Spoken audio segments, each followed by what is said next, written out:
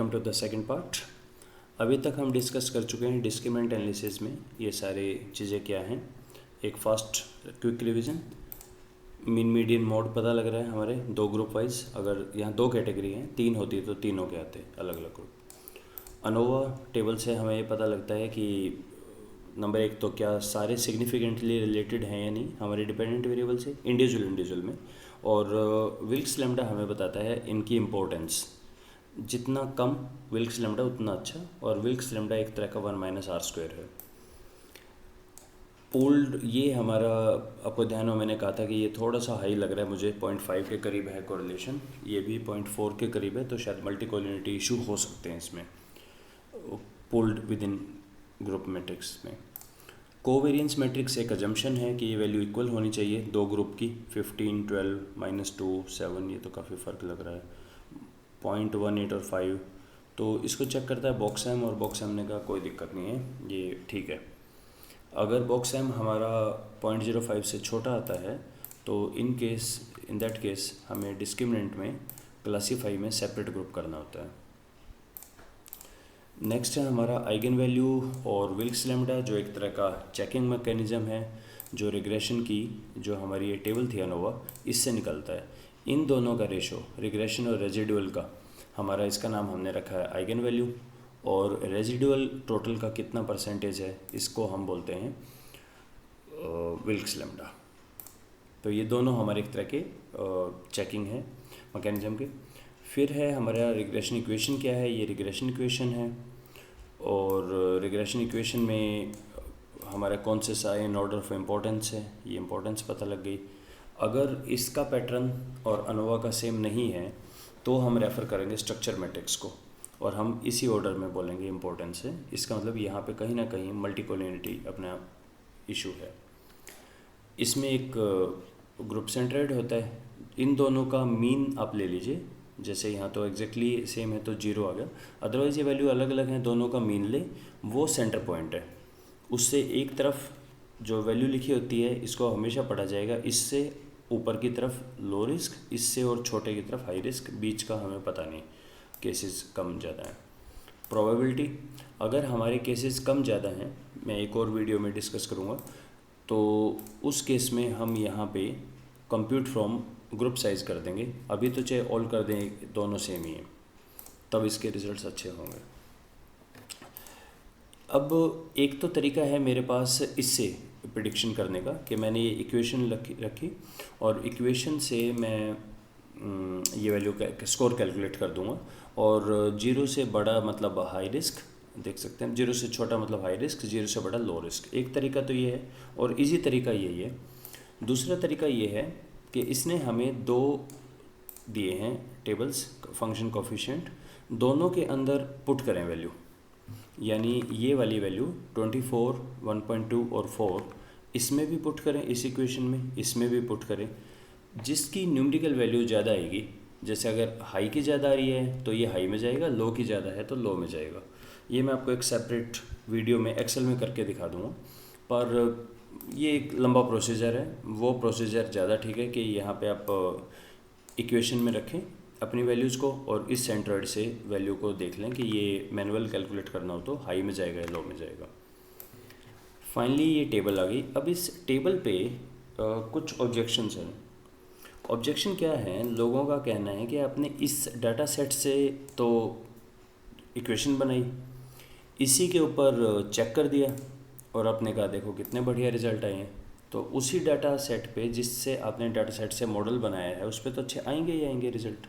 तो इसमें हम क्या करते हैं, कुछ ऐसा करेंगे, 30-40% हम पे अलग निकाल देते हैं हमने।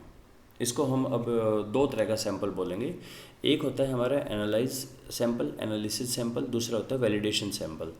यानी अब मैं अपने रेंडमली 18 में से कुछ सिलेक्ट कर लेता हूँ, लेट्स से 70%, उनके ऊपर डिस्क्रिमिनेंट इक्वेशन रन करेंगे और बाकी के बचे हुए पे चेक करेंगे। अगर वो भी 80% से अच्छा आता है, दोनों, ये दोनों ही, इसका ओरिजिनल का भी और जो बाकी का बचा है, तो इसका मतलब हमारा वाकई काम काफ़ी अच्छा है। तो ट्रांसफॉर्म कंप्यूट, मैं यहाँ एक वेरिएबल बना देता हूँ, R&D, कोई भी नाम रख सकते हैं आप इसका, और इसमें एक इनबिल्ट फंक्शन है rv.bernoulli और मैंने इसको कहा 0.7 रैंडमली कर दें, तो इसने रैंडमली कुछ के आगे आई थिंक 2 के आगे हैं, तो 16 के आगे इसने यूज कर दिया है। 16 थोड़े मुझे कम लग रहे हैं, तो मैं इसको दोबारा बना देता हूँ 0.6 के आगे, ओवरराइट कर दें तो ठीक है। अब कुछ के आगे रैंडमली 1 लिखा है, कुछ के आगे 0 लिखा हुआ है। तो जिनके आगे 1 है सिर्फ उनको यूज़ करेंगे हम अपनी रिग्रेशन इक्वेशन बनाने के लिए, और बाकी को 2, 3, 2, 5, 6, 7 इन 7 को ऐसे ही ट्रीट करेंगे जैसे बिल्कुल एक नई फाइल है, नया डाटा सेट है, इसको कुछ यूज़ नहीं करेंगे। तो जो हमारे जिन पे 1 लिखा है इसका नाम हो गया हमारा एनालिसिस सैंपल, और जो 0 है इसका नाम हो गया वैलिडेशन सैंपल। दोबारा रन करें डिस्क्रिमिनेंट, और अब सेलेक्ट में जाके सेलेक्ट में गए, रैंडम वैल्यू हमने दे दी 1। अब ये पूरी के पूरा काम करेगा सिर्फ 1 के लिए अलग, और जो बाकी बचे हैं जीरोस पे रीचेक करेगा। तो बाकी सब वो हम डिस्कस कर चुके हैं, ये चीज़ें क्या है। हम फाइनली क्लासिफिकेशन पे आ जाते हैं। यहाँ लिखा है 11 केस पे इसने चेक किया है और बचे हुए 7 पे इसने ये किया। तो अब देखिए जो केसेस मैंने रैंडमली सेलेक्ट किए थे वो तो 100% है, यानी 7 लो रिस्क के थे, 7 ही प्रिडिक्ट किए, हाई को हाई में प्रिडिक्ट किया। लेकिन नॉट सिलेक्टेड में हमारा ये 57% हो गया। वेल इसका एक रीज़न तो ये है कि ये मैं एक डमी डाटा है जो कि बहुत ही कम का है। आपको याद है रिग्रेशन का ग्रीन का फार्मूला? ग्रीन ने कहा था कि 50+8 के सैम्पल साइज होना चाहिए रिग्रेशन का, वेयर के is the number of independent variable, यानी अगर एक इंडिपेंडेंट वेरिएबल है तो 58 का सैम्पल साइज होना चाहिए। तो मेरा कहने का मतलब ये है कि यहाँ इतना परेशान ना हो, ये एक्सट्रीमली कम है, इस पे तो यूज़ करना ही नहीं चाहिए कि 11 पे बनाया 7 पे चेक किया। बट पर्पज़ इज़ कि जब आपके पास अच्छा डाटा होगा 300 का, 500 का, 1000 का, तब ये काफ़ी अच्छा आएगा। तो आप यहाँ से ट्रांसफॉर्म से रैंडम बना सकते हैं। और आपने ध्यान दिया हो यही चीज़ यहाँ पर भी थी, आप यहाँ पर भी सिलेक्शन वेरिएबल होता है, आप रैंडमली यहाँ पे भी कर सकते हैं।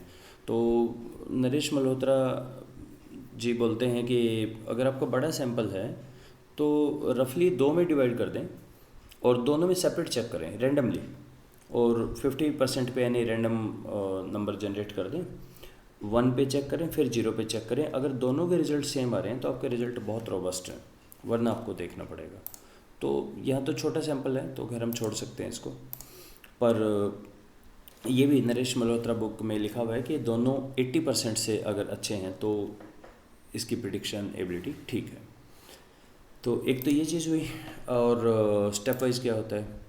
स्टेप वाइज तो जो आपने रिग्रेशन में पढ़ा हुआ है बस इसको स्टेप वाइज कर दें। इसके मॉडल्स वगैरह हैं, एफ वैल्यू वगैरह, बाकी हम इस पर कुछ नहीं करेंगे, step wise okay.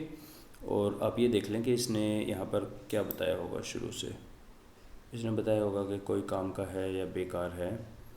Variable entered, इसने कहा number of years of married life, ये इसने इस पर क्या लिखा है, number 1 variables in the analysis number of years of the married life, ये लिया इसने।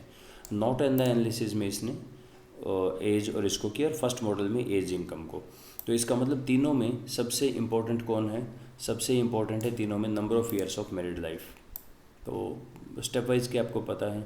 तो देखिए इसने यहाँ पर एक ही लिया है स्टैंडर्डाइज बीटा में, बाकी 2 को बाहर कर दिया, और अकॉर्डिंगली हमारी इक्वेशन भी रिफाइंड होगी -3 पॉइंट दिस, ये भी चेंज होगी हमारी वैल्यूज़।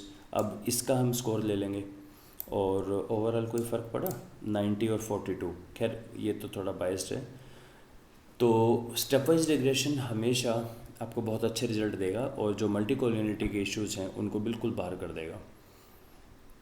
तो स्टेप वाइज यूज़ करें। थर्ड, ये वैल्यू पुट करके अब देख सकते हैं कि लो पे जाएगा हाई पे, और शायद इसके और नए वैल्यू पुट सेव हो गए हैं बार बार। तो जब भी आप इनको दोबारा रन करें प्लीज़ रिमेंबर कि SPSS पिछली बातें याद रखता है, तो इस सेव से हटा देना चाहिए, अदरवाइज़ जो सेव हो गए ना इतनी सारी चीज़ें आपके पास आ जाएंगी। तो इन सब को अब हटा देते हैं। This was all about multiple discriminant analysis.